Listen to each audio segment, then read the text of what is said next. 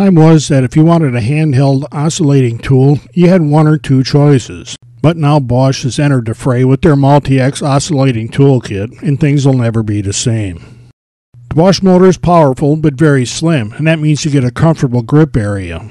The speed control dial is out of the way, but lets you adjust between 8,000 and 20,000 cycles per minute.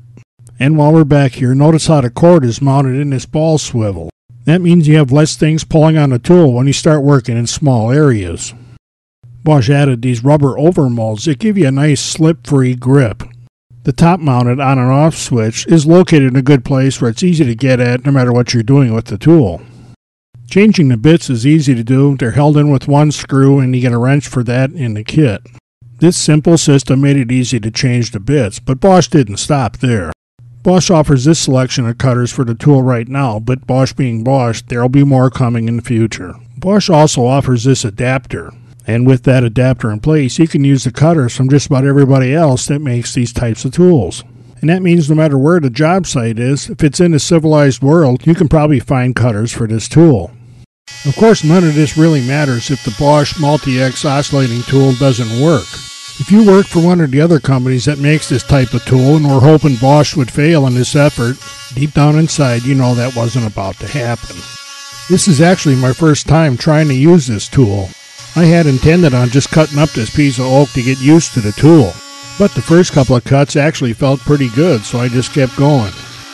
It's not perfect, but for my first try, this isn't bad at all. If I actually needed this cutout, I could sweeten it up real quick with a rasp. If you watch right at the corner of this cutter, you can see the ghost where it swings through that little arc. And that's all it takes to be effective.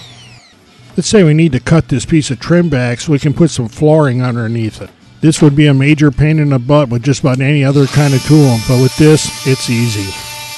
All you have to do is hold the cutter flat on a piece of sample flooring and let it do its job. I suppose we could make it cut a little bit faster if we leaned on it a bit, but this way it's a lot easier to be accurate. And besides, I haven't cut this video at all. You're seeing the entire cut. And that's all it took. Move the cutout piece off, and there you got a perfect fit.